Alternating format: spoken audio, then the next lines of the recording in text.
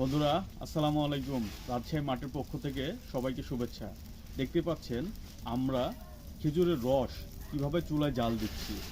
খুব সকালে গাছ থেকে ফ্রেশ রস সংগ্রহ করে আমরা চুলায় 2 থেকে 3 ঘন্টা খড় দিয়ে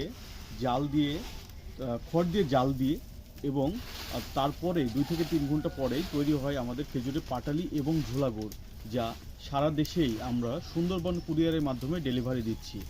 এবং এই গুড় আপনারা জানেন, খেজুরের গুড়ে আয়রন খনিজ উপাদান থাকে, যা মানুষের শরীরে হাড় গঠনে এবং ডায়াবেটিস রোগীদের জন্য অনেক উপকারী। আমরা ফ্রেশভাবেই এবং অর্গানিকভাবেই খেজুরের গুড় তৈরি করে থাকি, খেজুরের পাটালি এবং ঝোলা গুড়, যা সারা দেশেই ডেলিভারি দিচ্ছি।